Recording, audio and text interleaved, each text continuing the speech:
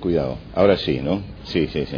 Ahora está funcionando. Bueno, muchas gracias, son ustedes muy amables. Les voy a pedir solamente que, para que estemos todos cómodos, con toda libertad giremos las sillas y nos pongamos todos de frente, porque tengo miedo que alguno termine con una tortícolis después de esto. Así que hágalo con toda libertad. En este momento las leyes de urbanidad se suspenden por un momento y podemos dar la espalda. Cuando estaba viniendo por aquí, compré un diario para poder leer en el viaje y enterarme de las noticias, y el titular, Clarín tiene 5 columnas de ancho, tiene 6 columnas de ancho, en 5 columnas decía: brutal secuestro y asesinato de un chico de 18 años.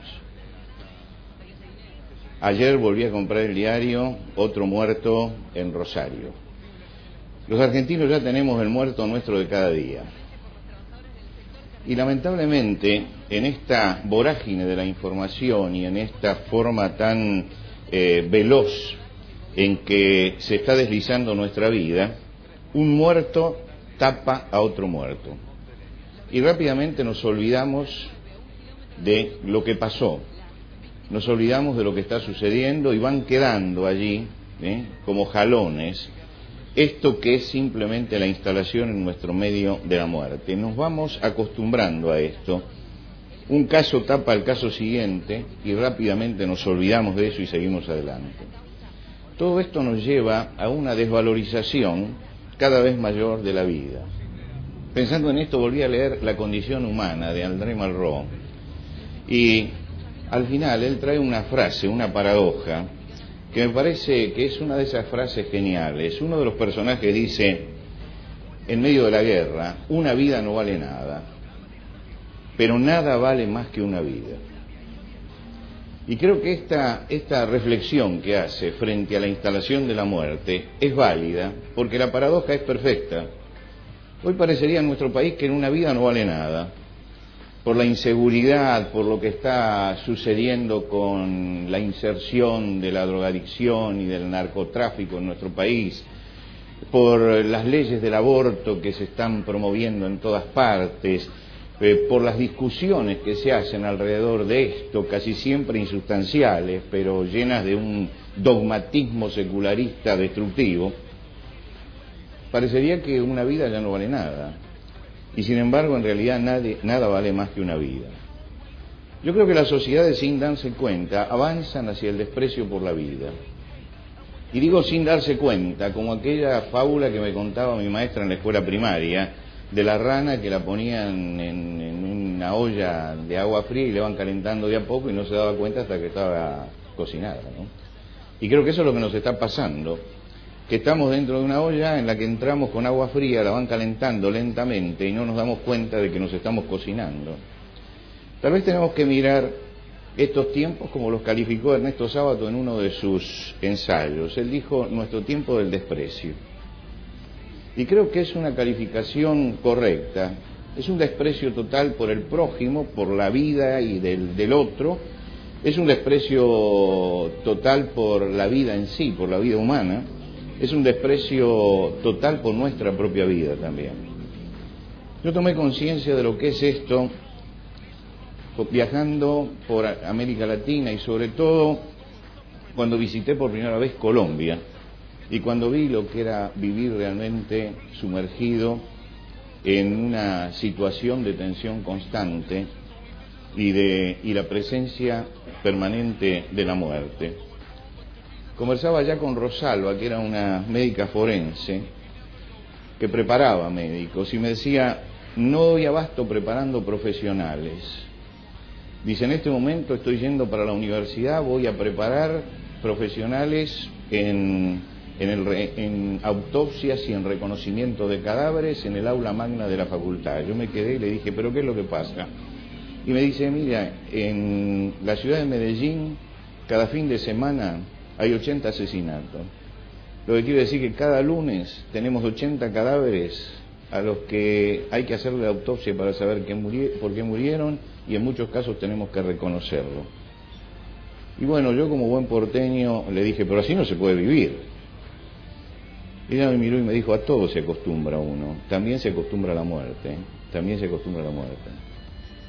Y realmente una semana estuve allí y uno se da cuenta que también uno se acostumbra a la muerte, que uno no se da cuenta, pero que llega la sociedad cuando empieza a perder el sentido del valor de la vida, llega a decir, como dice Malraux, una vida no vale nada, y no se da cuenta que nada vale más que una vida. Nuestro país sufre una gradual desvalorización de la vida, y hay muchos síntomas de esto. Hay una actitud de desprecio por la vida propia y ajena. Hay 27 muertes diarias por accidente de tránsito en nuestro país, lo que es una barbaridad para cualquier país civilizado, pero 27 personas mueren en las calles por accidente de tránsito diariamente. El alcoholismo entre los adolescentes, en un país que tenía cultura alcohólica porque venimos de los españoles y de los italianos, donde la botella de vino estaba en la mesa pero no había alcoholismo, hoy tenemos un problema tremendo de alcoholismo adolescente. Yo vivo en la ciudad de San Miguel. San Miguel en este momento tiene una famosa calle que es la calle Tribulato, de la que ustedes habrán visto en los diarios. Cada fin de semana llegan a San Miguel 70.000 jóvenes a vivir el descontrol de las discotecas y el descontrol del alcohol. Yo me tomé el trabajo de levantarme algunos días a las 4 de la mañana e irme a Tribulato a ver cómo salen, a ver qué es lo que pasa, a ver cómo se manifiesta ese descontrol. Salen con baldes, donde han tomado bebidas blancas, y yo veía que traían 6 o 7 baldes, y a uno le pregunté, ¿qué es esto? Dice, esto es lo que nos tomamos esta noche. Ustedes se imaginan el estado en que estaban, la forma en que salían. Nadie hace nada por esos jóvenes que son el futuro, que están cayendo en las garras de la droga y el alcohol sin que a nadie se le mueva un pelo de las autoridades en nuestro país, sin que se haga nada por la generación futura. Parece que estamos viviendo un presentismo total y un desprecio total por la generación que viene. No nos interesa el futuro de nuestro país cuando dejamos en esta desprotección a nuestros jóvenes. Hoy se juega la ruleta rusa con la sexualidad. Estamos ante el crecimiento de las enfermedades infectocontagiosas nuevamente, cuando creíamos que esto ya estaba superado. El crecimiento del SIDA. Y ustedes saben que todo esto es porque los adolescentes están jugando a la ruleta rusa con el sexo y nadie dice nada ni se atreve a proponer un principio moral para vivir. Tenemos 500.000 abortos, se calcula 500.000 abortos anuales clandestinos en nuestro país, un 50% más que la media mundial. Y la inseguridad hace que estemos ante delincuentes que han perdido ya todos los códigos, y hoy en cualquier momento cualquiera de nosotros recibe un tiro en la cabeza a la salida de su casa simplemente para sacarle 10 pesos del bolsillo. Y estamos enfrentando tal vez el problema más grande, que es el problema de la inserción del narcotráfico en nuestro país. Los países que tuvieron esta experiencia, que la vivieron ya, como el Perú o como Colombia, saben que la inserción del narcotráfico en una sociedad es la instalación de la muerte, pero no solamente la instalación de la muerte por el consumo de los jóvenes, sino también la instalación de la muerte por toda la mafia que se mueve detrás. Es la instalación de la muerte porque la droga llega al joven y lo destroza, pero también es la instalación de la muerte porque detrás hay un negocio mafioso. Y todos los días tenemos testimonios de que ese negocio mafioso está instalado en nuestro país. Lo que ha sucedido en este último tiempo, y no hace falta que yo recuerde qué es lo que ha sucedido, tiene que despertarnos a la realidad de que estamos ante un problema gravísimo de desvalorización de la vida. Nuestro ministro de Justicia dice, estamos hiperlejísimos de ser un país de consumo, somos un país de tránsito, y la encuesta que exhibimos lo muestra de esta manera. Está definido así por Naciones Unidas, no por nosotros mismos. Señores, con todo el respeto por la investidura del ministro, está mintiendo.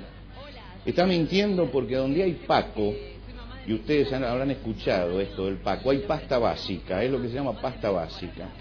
El Paco es el residuo de las cocinas donde se cocina la droga. Si hay Paco es porque cerca de donde hay Paco hay cocinas de droga. Quiere decir que ya, si tenemos cocinas de droga, ya somos un país que estamos elaborando la droga. Le estamos dando a nuestros jóvenes, a los jóvenes pobres, por supuesto, el desecho de las cocinas de droga, que es lo más nocivo porque viene mezclado con queroseno. Una de las características del paco y de la pasta básica es el olor a queroseno que tiene, porque para disolver la hoja de coca se le agrega queroseno. Así que eso, que es terriblemente nocivo, se le está dando a la gente más humilde en nuestro país sin que nadie haga absolutamente nada. Frente a esta declaración del ministro de Justicia, hablé con Claudio Izaguirre, que es el presidente de la Asociación Antidroga de la República Argentina, y le pregunté específicamente, ¿está definido por las Naciones Unidas que nosotros no somos un país de tránsito? Me contesta y me dice, las Naciones Unidas dice que el mayor consumo de cocaína en edad escolar se está dando en este momento en la República Argentina. Por lo tanto, no somos un país de paso. No podemos controlar las fronteras.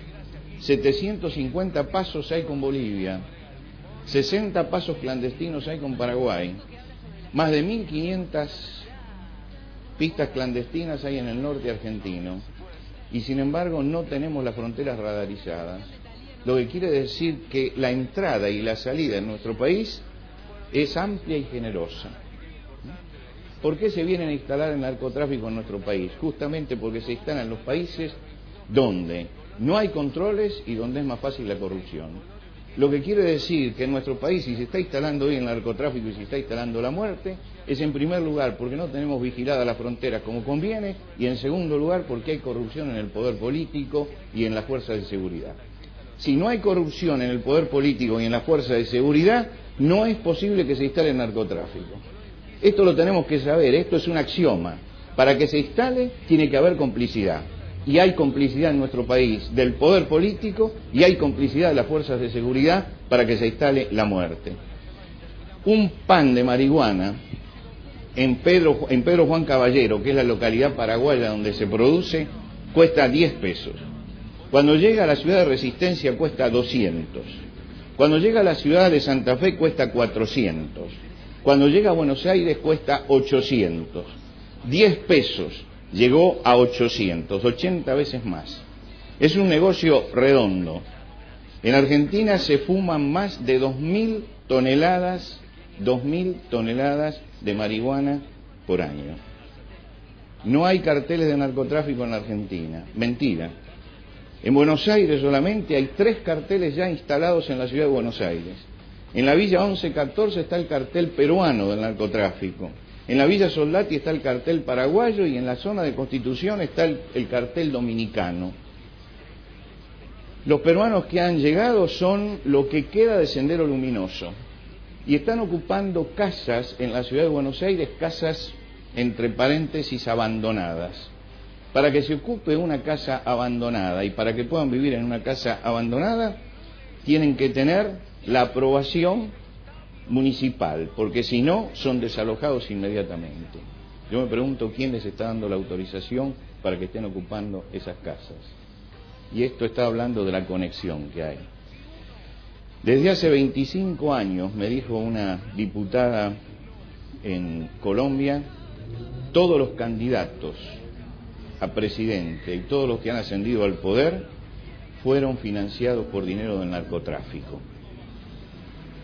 Ustedes saben que Colombia es un país dividido en este momento, en una zona que está con el narcoterrorismo, no está dominando una gran zona. En este momento nosotros estamos yendo exactamente por ese camino. Yo no le podría decir a mi hijo que no fume marihuana, porque no le hace mal hacerlo. Esta es una declaración del ministro de Justicia. Los especialistas dicen que es mucho más nocivo que el tabaco, que altera la capacidad de atención, concentración y memoria inmediata, que afecta el rendimiento en los estudios, que puede terminar en deserción, y casi siempre terminan en deserción cuando comienzan con la marihuana, que puede producir crisis de pánico, que puede producir un síntoma antimotivacional, el desinterés permanente por las actividades, el desinterés permanente por el aseo, el desinterés permanente por tener una meta en la vida. Estudios realizados en Londres, de esto hará 2 meses, dice que la marihuana está afectando la corteza cerebral y se hizo el estudio sobre 800 casos de esquizofrenia donde tenía incidencia la marihuana. Yo no me explico cómo con tanta liviandad se dice yo no le podría prohibir a mi hijo que fume marihuana desde el poder cuando sabemos que produce todo esto. Y esto me hace sospechar, y pongo un punto acá, sospeche usted lo que quiera, yo le doy simplemente el dato. Se ha instalado en nuestro país el tema del sicario, el sicario. Yo conocí a los sicarios en uno de los viajes que hice a Colombia. Renacieron con el sicario romano antiguo, renace con Pablo Escobar en la ciudad de Medellín, en Colombia. La ciudad de Medellín es una ciudad próspera, rodeada de montes de pobreza. Allí se instaló un cartel de narcotráfico cuyo líder fue Pablo Escobar. Para defenderse empezó a convocar asesinos a sueldo. Eran jovencitos de entre 13 y 20 años, a los que Pablo Escobar lo primero que hacía era darles una moto último modelo, darles armas último modelo, y simplemente le decía, matame a fulano. El jovencito iba, mataba a fulano y volvía allí a las villas, lo que nosotros llamaríamos la Villa Miseria, con su moto último modelo y con sus armas, y empezaba a tener prestigio de sicario. Para una señorita de la villa, ser novia de un sicario era un galardón, porque eran los héroes del lugar. Lo que pasa es que se empezaron a multiplicar los sicarios y empezaron a trabajar también como cuentapropistas. Por lo tanto, cuando uno quería matar a una persona en Colombia, sabía que tenía que ir a un determinado café, determinada mesa, donde estaba el que hacía el contacto con el sicario, y uno le decía, quiero que me elimines a fulano de tal, ¿cuánto es? $20. Por $20 salía a la moto y lo mataba. El crimen de Unicenter, no sé si lo recordarán, porque un crimen tapa otro, pero el crimen de Unicenter, donde mataron a 2 narcotraficantes en la playa de estacionamiento, es un crimen realizado por sicarios. Los sicarios mandaron un mensaje, había más de 30 personas, pero ellos fueron y pegaron 2 tiros a 2 personas y dijeron, fíjense, a los que necesitaban entender el mensaje, lo que hacemos con los que nos traicionan. Pero no solamente trabajan así los sicarios, a veces reciben la orden de señores, no tiene que identificarse a quién van a matar, por lo tanto entran con una ametralladora y matan a los 30, cosa de complicarle el tema a la policía, de saber por qué se hizo ese operativo y cuál era el objetivo que realmente tenían. Por eso yo les decía, hay 80 muertos cada fin de semana en Medellín, porque es el trabajo de los sicarios que salen el fin de semana para, en los centros de diversión, matar a todas aquellas personas que le han encargado durante la semana que eliminen. Nosotros tenemos ya instalado el sicariato en Argentina y hay que tener cuidado con esto, porque es interesante la forma en que ellos encaran su labor de sicario. Usted sabe que el sicario tiene una virgen, padre, usted que está aquí, tienen una virgen a la que van y se encomiendan allí, antes de ir. Por supuesto que no tiene nada que ver con esto la Iglesia Católica, es algo que ellos mismos han creado. Pero van a una virgen y se encomiendan y llevan las balas que van a usar para que en el primer tiro puedan matar a la persona, para que no tengan que disparar 2 veces.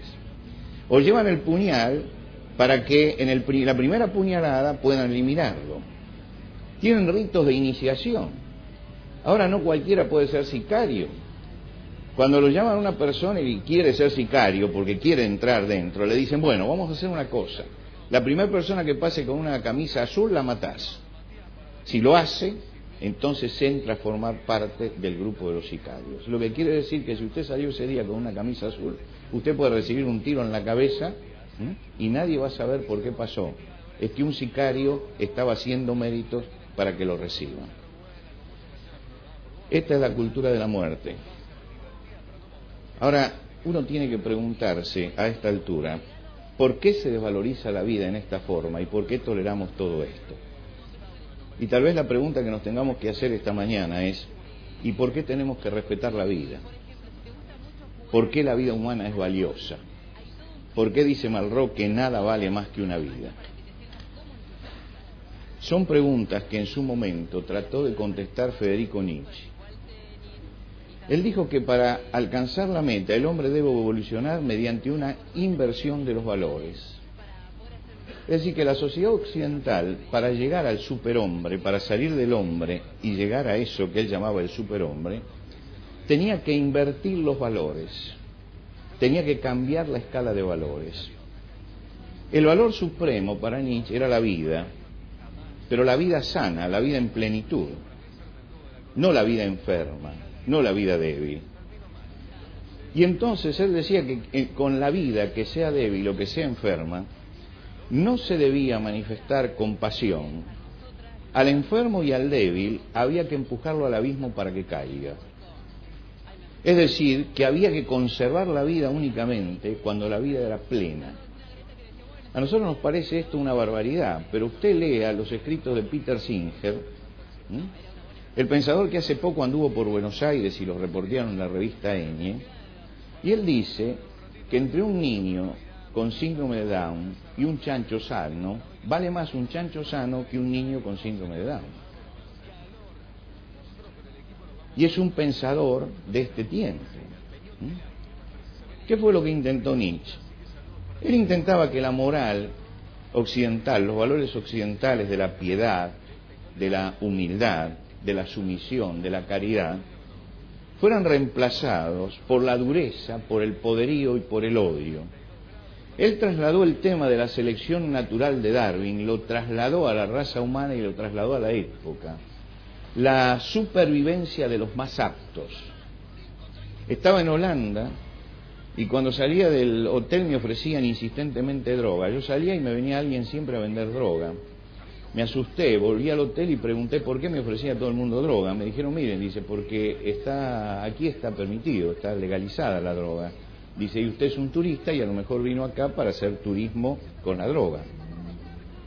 Entonces me interesé por esto y fui a los centros que tratan con drogadictos.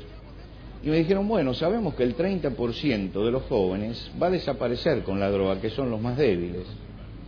Y hemos entregado ese 30% a que desaparezca para que sobrevivan los otros, ese otro 70% que no entra en el camino de la droga y que son los más fuertes. Es decir, es una sociedad que le soltó la mano al débil y deja que el débil se caiga y lleva al débil a la muerte.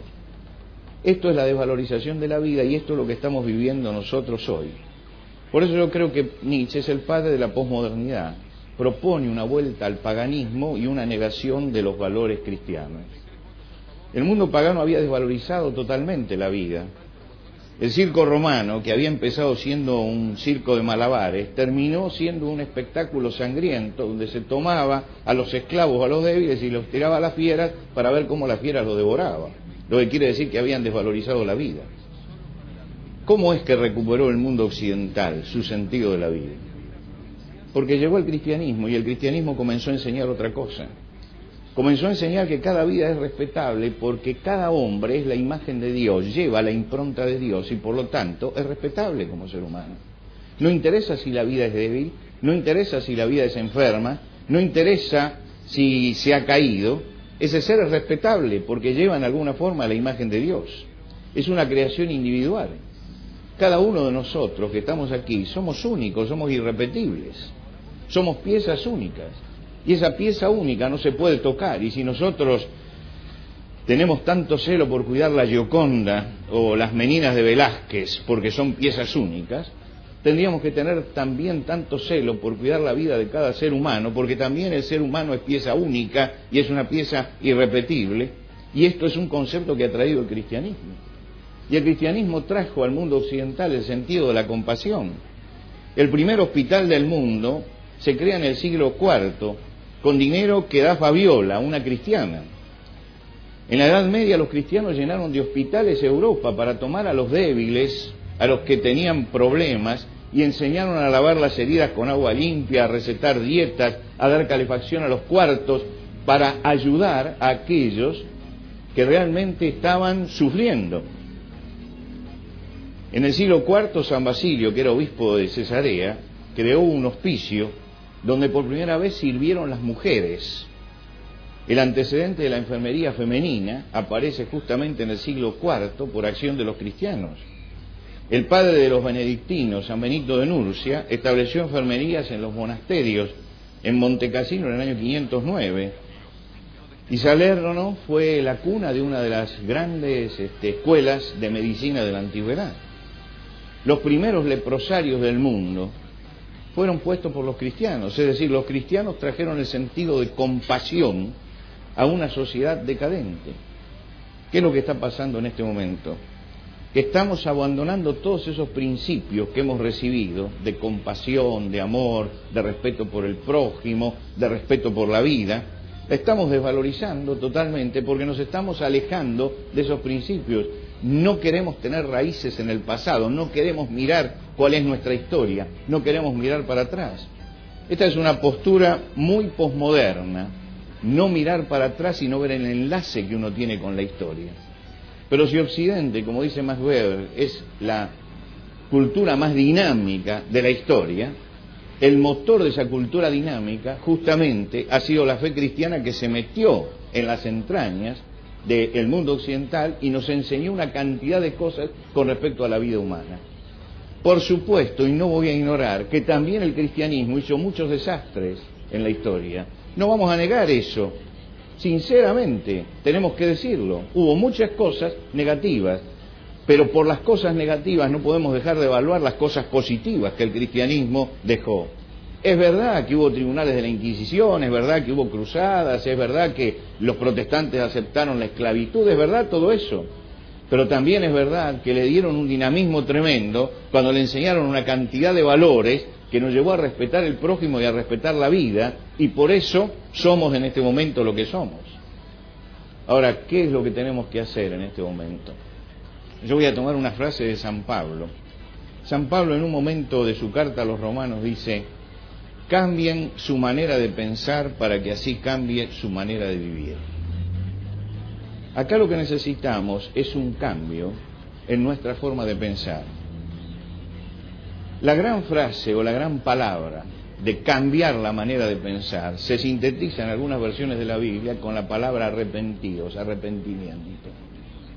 El arrepentimiento no tiene tanto que ver con llorar sobre el pasado como con la evaluación del pasado para hacer un futuro diferente. Yo creo que estamos en un punto de inflexión. Y como punto de inflexión todos tenemos que razonar acerca de si no tenemos que empezar a reflexionar para cambiar el camino que estamos tomando. Si no tenemos que darle otro rumbo a nuestra vida y otro rumbo a nuestra sociedad. Solamente el ser humano tiene la capacidad de evaluar el camino que tomó, de cambiar la forma de pensar y de tomar un rumbo diferente. En la Edad Media sucedía algo bien interesante, ¿no? Cuando los ratones se comían una cosecha, las autoridades sacaban un bando citándolos al tribunal para tal día y tal hora para que los ratones fueran juzgados. Por supuesto que ese día no se presentaba ningún ratón al tribunal, entonces lo juzgaban en ausencia. Y nosotros lo miramos y decimos: qué tontería. ¿Por qué qué tontería? Porque el ratón seguía por el instinto, y solamente el que tiene sentido de responsabilidad y de culpa es el hombre, y solamente el que puede rectificarse es el hombre, y el que tiene responsabilidad moral es el hombre.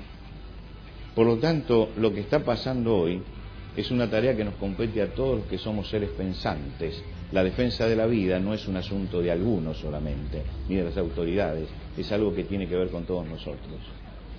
Todos nosotros tenemos que empezar a cambiar nuestra forma de pensar para que cambie nuestra forma de vivir. Tenemos que volver a recuperar los valores aquellos que hemos perdido. Tenemos que volver al centro de lo que fue la fe, que nos dio toda esta dinámica que estamos perdiendo en este momento. Tenemos que empezar a evaluar si esta instalación de la muerte no se debe a que nos hemos desprendido de valores permanentes que hemos sostenido durante mucho tiempo y que hoy hay intereses que los están atacando arteramente. Y esos intereses que lo atacan porque hay propósitos inconfesables detrás, esos intereses nos están llevando al borde del abismo. Solamente los que tenemos un poco de conciencia tenemos que empezar a levantar la voz para que no lleguemos al borde del abismo, porque cuando se llega al borde del abismo basta un solo empujoncito para que uno se caiga y se destroce. Evaluar el camino, ver lo que ha pasado, volver a esos principios y a esos valores cristianos, volver a Dios, volver a Jesucristo y empezar realmente a vivir en otro estilo de vida, que cambie nuestra forma de pensar para que así cambie también nuestra forma de vivir. Nosotros conocemos a Miguel Ángel por toda su obra pictórica, la Capilla Sixtina, y por toda su obra escultórica. Miguel Ángel fue un hombre que vivió muchos años, mucho más de la media de los otros pintores renacentistas, y que en algún momento de su vida llevó una vida de disolución. En la última etapa de su vida escribió una cantidad de poemas.